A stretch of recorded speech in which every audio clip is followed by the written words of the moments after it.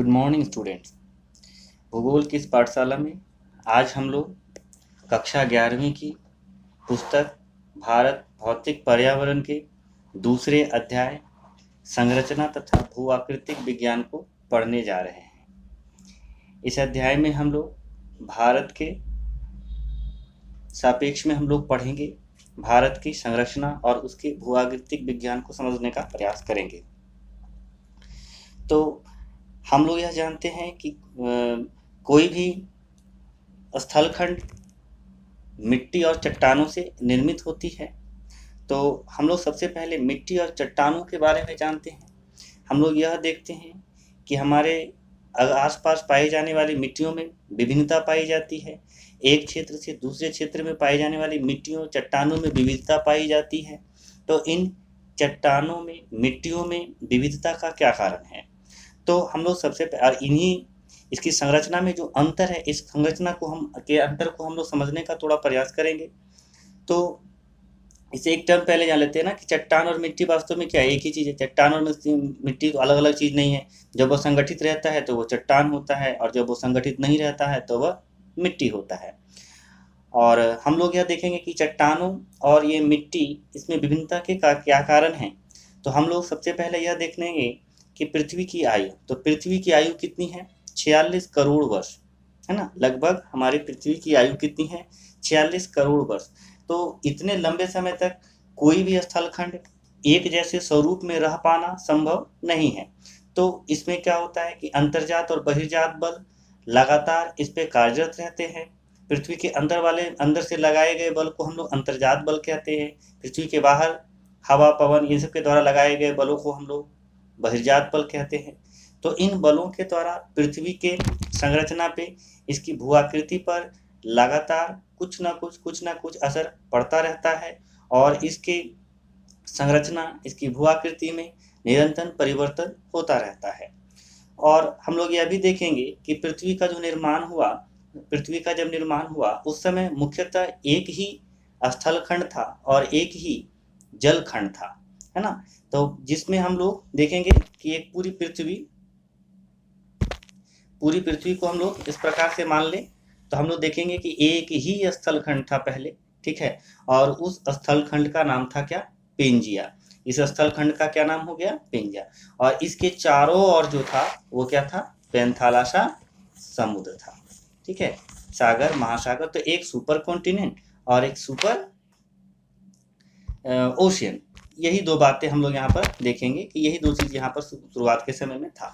बाद में क्या हुआ कि पृथ्वी के अंदर जो आंतरिक बल हैं, मैग्मा है, इनके संचलन के द्वारा यह जो है कई भागों में टूट गया। तो शुरुआत में देखेंगे यह कई भागों में टूट गया, तो यह 2 भागों में टूट गया। ये क्या हो गया? ये 2 भागों में टूट गया। एक का नाम हो गया अंगारा लैंड और एक का नाम हो गया क्या? गोंडवाना लैंड।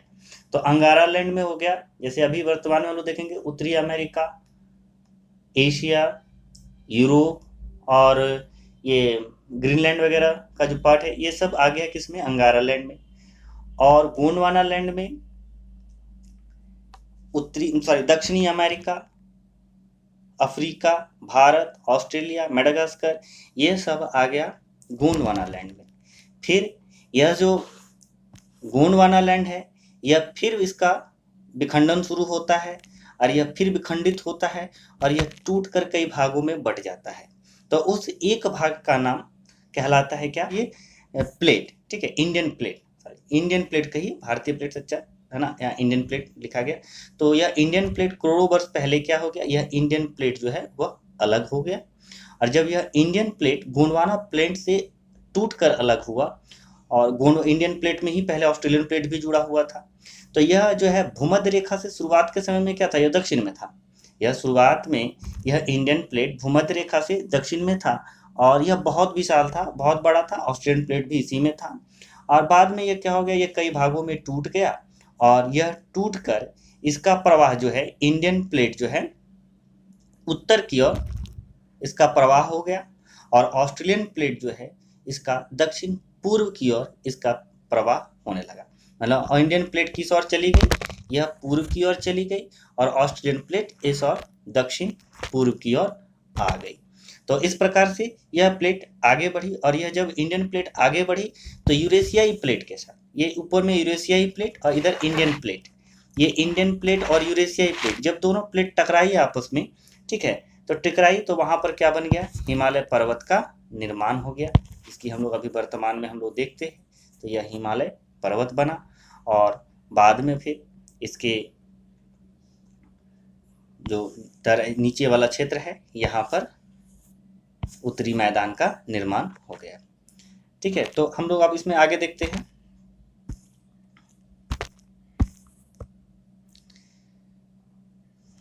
तो भारतीय उपमहाद्वीप की वर्तमान भौतिक भूवैज्ञानिक संरचना और इसकी क्रियाशील भूआकृतिक प्रक्रम मुख्यतः अंतर्जनित और बाहिर्जनित बलों व प्लेटों के क्षैतिज संचरण की अंतःक्रिया के परिणाम स्वरूप अस्तित्व में आए हैं।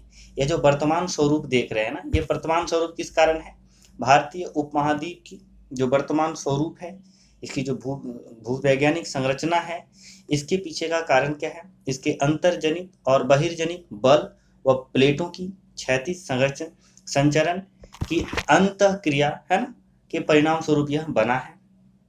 और इसमें हम लोग देखेंगे आगे, अगर देखेंगे ना, इसको विभाजित किया जाए तो विभाजन करने का दो तरीका है। एक होता है आपका भूवैज्ञानिक तरीका, और दूसरा होता है भूआकृतिक तरीका। तो भूवैज्ञानिक संरचना व शैलों की भिन्नता के आधार पर भारत को 3 भूवैज्ञानिक खंडों में विभाजित किया जाता है। ठीक है, यहाँ ध्यान रखिएगा, 3 भूवैज्ञानिक खंड। आगे हम लोग पढ़ेंगे भू आकृतिक खंड। तो सबसे पहले हम लोग 3 भूवैज्ञानिक खंड के बारे में पढ़ लेते हैं। तो प्रथम जो है वो क्या है, प्रायद्वीपीय खंड। दूसरा जो है हिमालय और अन्य अतिरिक्त प्रायद्वीपीय पर्वतमालाएं, और तीसरा जो है वह सिंधु गंगा ब्रह्मपुत्र मैदान है। ठीक है, तो हम लोग अब नेक्स्ट पढ़ेंगे प्रायद्वीपीय खंड के बारे में। तो प्रायद्वीपीय खंड क्या है, तो प्रायद्वीपीय खंड की उत्तरी सीमा, सबसे पहले हम देखेंगे ना प्रायद्वीपीय खंड क्या है। तो ये प्रायद्वीपीय खंड जो है ना, हम लोग इस तरह से प्रायद्वीपीय खंड का एक आकृति बना लेते हैं। ठीक है, इसमें थोड़ा ठीक से बनना मुश्किल होता है, बट हम लोग ट्राई करते हैं कि इस प्रकार से। ठीक है, ये इस प्रकार से, ठीक है, ये हो गया। तो यह वाला भाग जो है ना, यह क्या कहलाता है, इसका ये प्रायद्वीपीय पठार का भाग कहलाता है। तो प्रायद्वीपीय पठार को हम लोग देखेंगे, प्रायद्वीपीय पठार को देखेंगे तो प्रायद्वीपीय खंड जो है ना, इसकी उत्तरी सीमा करने मतलब हमारा ये वाला पार्ट हो गया। तो उत्तरी सीमा जो है ना, इस प्रकार से नहीं है। उत्तरी सीमा किस प्रकार से है, तो यह कहाँ से शुरू होती है, यह शुरू होती है कच्छ से, यहाँ पर से, और अरावली के पश्चिम से, यह अरावली है, यह अरावली का पश्चिमी भाग हो गया। अरावली पहाड़ियों के पश्चिम से गुजरती हुई यह दिल्ली तक, और फिर यहाँ दिल्ली तक पहुंचा, और फिर इधर गंगा यमुना का जो मैदान है, ठीक है, गंगा यमुना के मैदान से के समानांतर यह चलते हुए यह कहाँ पहुंच जाएगा, ये गंगा नदी के जो डेल्टा वाला भाग है, इस और जानते हैं गंगा नदी का डेल्टा है, गंगा ब्रह्मपुत्र का डेल्टा। इस डेल्टा में ही पश्चिम बंगाल का कुछ हिस्सा और बांग्लादेश का संपूर्ण हिस्सा कहिए, यह भाग आ जाता है। तो यह भाग तक, और फिर आगे उत्तर पूर्व की ओर जब जाएंगे हम लोग, तो उत्तर पूर्व की ओर जो है ये मेघालय का पठार, और पश्चिम में मेघालय का पठार और करबी एंगलोंग का पठार आगे चले जाएंगे। उत्तर मेघालय का पठार और करबी एंगलोंग का पठार तक चले जाएंगे, है ना, ये इसका आगे विस्तार है। और यह जो है, पहले ये जो करबी एंगलोंग मेघालय का पठार है, पहले ये छोटा नागपुर पठार का हिस्सा हुआ करता था, लेकिन बाद में यह मालदा भ्रंश, पश्चिम बंगाल के जो मालदा भ्रंश के द्वारा यह टूट गया है, और यह छोटा नागपुर पठार से क्या हो गया, अलग हो गया। ठीक है, और उसके बाद हम लोग देखेंगे, तो हम लोगों ने क्या क्या यहाँ देखा कि प्रायद्वीपीय खंड जो है, इसकी उत्तरी सीमा एक ऐसा नहीं कि सीधा लकीर जैसा है, यह सीधा लकीर की तरह ना होके कटी फटी है ना, तो कटी फटी है। और यह कहाँ से शुरू होती है, कच्छ से आरंभ होती है। यह शुरू कहाँ से होती है, कच्छ से, और अरावली की पहाड़ियों के पश्चिम से गुजरती हुई यह दिल्ली तक पहुँचती है, और फिर यमुना और गंगा नदी के समानांतर राजमहल की पहाड़ियों से होते हुए वो गंगा डेल्टा तक चली जाती है। और इसके आगे हम लोग चले जाएंगे तो इसके आगे हम लोग कहाँ तक पहुँच गए, ये हम लोग पहुँच गए एकदम पश्चिम बंगाल तक कहिए, है ना, पश्चिम बंगाल क्या, सॉरी, ये झारखंड तक पहुँच गए। अब इसके आगे जाएंगे हम लोग, तो इसके आगे क्या हो गया, ये भ्रंश हो गया, मालदा का क्या हो गया, भ्रंश हो गया, पश्चिम बंगाल पे मालदा भ्रंश हो गया। तो इसके उत्तर पूर्व की ओर जाएंगे तो वहाँ मेघालय का पठार मिलेगा, कार्बी एंगलोंग का पठार मिलेगा। तो यह मालदा और कार्बी एंगलोंग का पठार बताया आपको कि ये छोटा नागपुर पठार का ही एक हिस्सा था। तो वर्तमान में क्या हो गया है कि यहाँ पर भ्रंश के द्वारा, यह भ्रंश क्या है, मालदा भ्रंश के द्वारा क्या हो गया, छोटा नागपुर प्लेटू से क्या हो गया, यह अलग हो गया है। राजस्थान में यह प्रायद्वीपीय खंड मरुस्थल व मरुस्थल सदृश स्थलाकृतियों से यह ढका हुआ है। इसके आगे हम लोग देखेंगे प्रायद्वीपीय जो है, प्रायद्वीप जो है, यह प्रायद्वीप का निर्माण आग्नेय चट्टानों से हुआ है और यहाँ पर क्या मिलता है, ग्रेनाइट और नाइस चट्टानें मिलती है। कैम्ब्रियन कल्प से ही यह भूखंड एक कठोर खंड के रूप में खड़ा हुआ है। ठीक है, यह बहुत ही, अगर देखेंगे भारत का सबसे अगर कठोर खंड कोई है तो वह क्या है, हमारा प्रायद्वीपीय खंड है ना। और यही कारण है कि भूकंप वगैरह आने की संभावना कम होती है ऐसे जगहों में। ठीक है, यह सबसे कठोर होता है ना। यहाँ पे सिर्फ अपवाद के स्वरूप में हम लोग देखेंगे, पश्चिमी तट जो है वो समुद्र में डूबा होने और इसके कुछ हिस्से विवर्तनिक क्रियाओं से परिवर्तित होने के उपरांत भी यह क्या है, भूखंड जो है वास्तविक आधार तल पर प्रभाव नहीं पड़ता, क्योंकि यह जो है समुद्र तल के जो हमारा प्रभावित हुआ मैंने ये कहते विवर्तनिक क्रियाओं के द्वारा वह समुद्र तल में डूबा हुआ है और इसका जो ऊपर वाला हिस्सा है वह अभी भी क्या है, वह स्थिर है और वह क्या है, कठोर भूखंड है। इंडो ऑस्ट्रियन प्लेट का हिस्सा होने के कारण यह ऊर्ध्वाधर हलचल व खंड भ्रंशों से प्रभावित है। ठीक है, यह हम लोग क्या बोले कि इंडो ऑस्ट्रेलियन प्लेट का हिस्सा होने के कारण, यह इंडो ऑस्ट्रेलियन प्लेट का हिस्सा होने के कारण यह ऊर्ध्वाधर हलचल और खंड भ्रंश से क्या है, प्रभावित है। यहाँ पर जो नदियाँ मिलती है वह नदियाँ क्या है, नर्मदा, तापी और महानदी की रिफ्ट घाटियाँ और सतपुड़ा ब्लॉक पर्वत इसके उदाहरण हैं। यहाँ पर जो महत्वपूर्ण आपको स्थलाकृति दिखेंगे वो क्या क्या है, तो नर्मदा, तापी, महानदी की रिफ्ट घाटियाँ हैं, सतपुड़ा ब्लॉक पर्वत है। इसके अलावा प्रायद्वीप में मुख्यतः अवशिष्ट पहाड़ियाँ हैं। जिस प्रकार हम लोग देखेंगे हिमालय क्या है, एक नवीन बलित पर्वत है, तो यह युवा नहीं है, यह नवीन नहीं है, बल्कि प्रायद्वीप में क्या है, यहाँ पर अवशिष्ट पहाड़ियाँ मिलती है। जैसे क्या हो गया, कुछ पहाड़ियों के नाम हैं, अरावली, नल्लामाला, जावदी, वेलिकोंडा, पालकोंडा श्रेणी और महेंद्रगिरी पहाड़ियाँ। इन पहाड़ियों को आप लोग मानचित्र पर दर्शाने का प्रयास करिएगा, है ना, कि ये कहाँ कहाँ पर है। यहाँ की नदी घाटियाँ उथली और इसकी प्रवणता कम होती है, इसकी रफ्तार क्या होती है, कम होती है। यह चूंकि पठारी भाग का हिस्सा होता है, यहाँ ढाल एकदम हिमालय की नदियों की तरह एकदम गरजते हुए यह नहीं आएगी, यह उतनी तेज बहाव के साथ नहीं आएगी, बल्कि यहाँ की प्रवणता क्या होती है, कम होती है। ठीक है, अब हम लोग इसमें देखेंगे पूर्व की ओर बहने वाली अधिकांश नदियां जो है, जो पूर्व में बहती है, वो अधिकांश नदियां बंगाल की खाड़ी में गिरने से पहले डेल्टा का निर्माण करती है ना। जितनी भी नदियां देखेंगे आप, महानदी देखिए, गोदावरी देखिए, कृष्णा देखिए, है ना, यह सारी नदियां क्या बनाती है, डेल्टा बनाती है ना। प्रायद्वीपीय नदियां में यही सब आ जाता है ना, महानदी, गोदावरी, कृष्णा, है ना। अगर हम लोग इसको मानचित्र पे देखेंगे तो मानचित्र पे कैसे दिखेगा, यह वाला भाग, यह प्रायद्वीप का, यह हम लोग देखेंगे ना, तो इसमें क्या है, महानदी, गोदावरी, कृष्णा, कावेरी, इस प्रकार से नदियां हैं क्रम से, है ना। तो यह सभी नदियां आप लोग यहाँ देखेंगे कि इसमें पूर्वी घाट है ना, इस और क्या है, पश्चिमी घाट है। तो पश्चिमी घाट तो लगातार है और ये पतला भी है, और ये पूर्वी घाट जो है ना, ये क्या है, थोड़ा चौड़ा है, सतत नहीं है ना। क्लास 9 में आप लोग पढ़े होंगे। तो यहाँ पे जो मैदान बनाता है, यह सब जलोढ़ मैदान का निर्माण कौन करता है, यह नदियाँ करती है। ठीक है, ये घाटी पे, सॉरी, ये कहते हैं बंगाल की खाड़ी में गिरने से पहले, ये बंगाल की खाड़ी है, खाड़ी के गिरने से पूर्व यहाँ क्या बनाती है, ये डेल्टा का निर्माण करती है। हम लोग आगे देखेंगे इसमें। तो अब दूसरा जो इसका भाग है वो है इसका हिमालय और अन्य अतिरिक्त प्रायद्वीपीय पर्वत मालाएं। ठीक है, पहला हम लोग देख लिए क्या, प्रायद्वीपीय खंड। अब दूसरा देखेंगे हिमालय और अन्य अतिरिक्त प्रायद्वीपीय पर्वतमालाएं। कठोर और स्थिर प्रायद्वीपीय खंड के विपरीत कठोर और स्थिर प्रायद्वीपीय खंड, है ना। आप लोग देखिए पीछे जब हम लोग प्रायद्वीपीय खंड पढ़े तो हम लोग पढ़े कि यह क्या है, कठोर है और स्थिर प्रायद्वीपीय खंड है, इसमें उतनी हलचल नहीं होती। और उसके विपरीत हिमालय और अतिरिक्त जो प्रायद्वीपीय पर्वतमालाओं की भूवैज्ञानिक संरचना जो है वह तरुण है। तरुण का मतलब हो गया अभी वह नया है ना, दुर्बल है, कमजोर है और लचीला है। देखते हैं ना अक्सर हाँ क्या होते हैं, हिमालयन क्षेत्रों में क्या होता है, क्या भूकंप वगैरह आता रहता है, भूस्खलन वगैरह होता रहता है ना। हाल फिलहाल में ही नेपाल में इस प्रकार का एक भूकंप आया था, है ना। तो वह भूकंप इस कारणों के कारण था।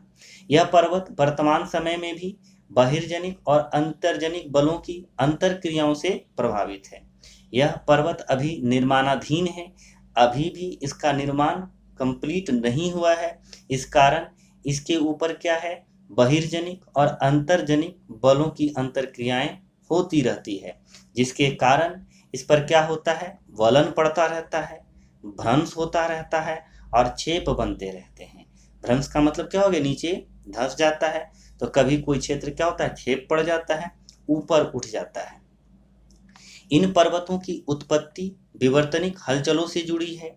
इन पर्वतों की उत्पत्ति हम लोग विवर्तनिक क्रियाओं के द्वारा पढ़ चुके हैं कि हिमालय का निर्माण विवर्तनिक क्रियाओं के द्वारा हुआ है। तेज बहाव वाली नदियों से अपर्दित ये पर्वत, यह नदियां यहाँ पर क्या होता है, तेज, जैसे आप लोग पढ़े प्रायद्वीपीय नदियां की प्रवणता क्या होती है, कम होती है, लेकिन यहाँ पर नदियों का जो बहाव है वह तेज होता है। और नदियों का बहाव तेज होने के कारण यहाँ गार्ज, भी आकार घाटियां, छिप्रिकाएं व जलप्रपात ये सब यहाँ पर बनाती है। यहाँ पर आप लोग चित्र में देख सकते हैं कि किस प्रकार यहाँ पे गार्ज का निर्माण किया गया है। तो यह आप लोग गार्ज देख सकते हैं कि एक पहाड़ है और इस पहाड़ के बीच से होकर नदी गुजर रही है। तो ये क्या बनाई है, एक गार्ज का निर्माण किया गया है। ठीक है, तो अब हम लोग आगे देखते हैं। ये खत्म हो गया, उसके बाद से हम लोग गंगा, सिंधु गंगा ब्रह्मपुत्र मैदान के बारे में पढ़ेंगे। ठीक है, देखिए हम लोग दो खंड के बारे में पढ़ चुके। एक खंड था प्रायद्वीपीय खंड, दूसरा खंड था वो क्या था, हिमालय और अन्य अतिरिक्त प्रायद्वीपीय पर्वतमालाएं। अब तीसरा महत्वपूर्ण खंड जो है वो कौन है, सिंधु गंगा ब्रह्मपुत्र का मैदान। देखिए यह भी क्या है, एक नवीन संरचना है। ठीक है, हिमालय का निर्माण के साथ साथ इसका भी निर्माण हुआ है। तो भारत का तृतीय भूवैज्ञानिक खंड, ये जो हम लोग का ना पहला पढ़ चुके हैं ना प्रायद्वीपीय, दूसरा हिमालय और अन्य अतिरिक्त प्रायद्वीपीय पर्वतमालाएं, और ये तीसरा भूवैज्ञानिक खंड है सिंधु गंगा और ब्रह्मपुत्र नदियों का मैदान। यह मूलतः क्या है, एक भू अभिनति गर्त है। यह क्या है, यह कोवर के सिद्धांत में आप लोगों को मिलेगा। यह क्या है, एक भू अभिनति का गर्त है। ठीक है, यह भू अभिनति गर्त है ना, जो प्लेट जब टकराते हैं तो टकराने के फलस्वरूप जो भू अभिनति गर्त बनता है, उसी भू अभिनति गर्त पर जो मलबा लगातार जमा होता रहता है ना। आप लोग देखे हैं कि दो प्लेट जब टकराता है तो एक प्लेट क्या हो जाता है, इसका अंदर की ओर आ जाता है, और दूसरा प्लेट क्या हो जाता है, इसके ऊपर इस तरह से इस प्लेट के अंदर ये चला है। तो ये बीच वाला भाग जो है ना, या ये वाला भाग, यही गर्त का निर्माण करता है, भू अभिनति गर्त का निर्माण करता है।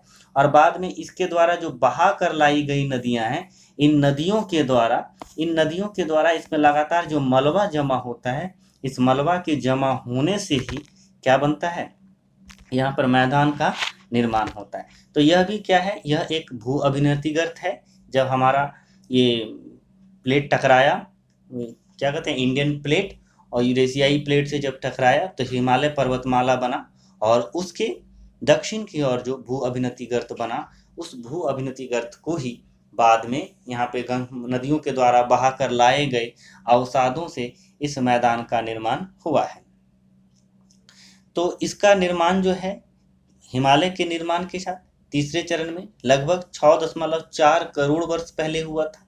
ठीक है, आप देख सकते हैं, है ना, कि जिस प्रकार हिमालय एक नवीन संरचना है, उसी प्रकार से सिंधु गंगा ब्रह्मपुत्र का मैदान भी क्या है, एक नवीन संरचना है। तब से, है ना, जब से इसका निर्माण हुआ तीसरे चरण से, कहिए 6.4 करोड़ वर्ष पहले से, तब से इसे हिमालय और प्रायद्वीप से निकलने वाले नदियों द्वारा इसको पाटता जा रहा है। और इन मैदानों में जलोढ़ की औसत गहराई जो है, ये जो पाट कर भरा गया है, तो वो जलोढ़ भराया नदियों के द्वारा बहा कर लाई गई मिट्टी को क्या कहते हैं, जलोढ़ मिट्टी कहते हैं। तो ये जल के द्वारा लाई गई मिट्टी जलोढ़। तो ये जलोढ़ मिट्टी की गहराई आपको 1000 से 2000 मीटर तक आपको मिलेगा। तो अब हम लोग इसमें देखेंगे, अब हम लोग इसमें क्या देखेंगे, ऊपर लिखित वृत्तांत से पता चलता है कि भारत विभिन्न क्षेत्रों की जो भूवैज्ञानिक संरचना में महत्वपूर्ण अंतर, अलग अलग हम लोग देखे। प्रायद्वीपीय खंड है, इसके प्रायद्वीपीय खंड की कुछ विशेषताएं हैं, इसकी स्थलाकृतिक हम लोग विस्तार देखे, ये किन चट्टानों से बना है ना, ये स्थिर है या कठोर है ना, इन सब चीज़ों के बारे में पढ़े। फिर उस तरह से हिमालय और उसके अन्य प्रायद्वीपीय पर्वतमालाओं के बारे में पढ़े, सिंधु गंगा ब्रह्मपुत्र मैदान के बारे में पढ़े। तो देखिए ना, सबों में क्या है, कुछ ना कुछ महत्वपूर्ण अंतर है। इसके कारण दूसरे पक्ष जैसे धरातल और भूआकृति पर इसका दूरगामी प्रभाव पड़ता है। तो इस प्रकार से हम लोग इससे जो भू आकृति के निर्माण होता है, उस भू आकृतिक निर्माण के बारे में हम लोग पढ़ेंगे। तो यह हम लोग अगले वीडियो में देखेंगे कि भू आकृतिक का निर्माण किस प्रकार हुआ है। और भू आकृतिक में हम लोग जो महत्वपूर्ण खंड हैं, वो हम लोग 6 खंडों के बारे में हम लोग पढ़ेंगे। तो उसमें से उत्तर पूर्वी पर्वतमाला, उत्तर भारत का मैदान, प्रायद्वीपीय पठार, भारतीय मरुस्थल, तटीय मैदान, द्वीपीय समूह के बारे में हम लोग अगले वीडियो में इसका बारे में पढ़ेंगे। तो हम लोग अब इस वीडियो को हम लोग यहीं पे क्लोज करते हैं, और अगले वीडियो में फिर हम लोग इसके बारे में फिर पढ़ेंगे। ठीक है, वीडियो देखने के लिए धन्यवाद।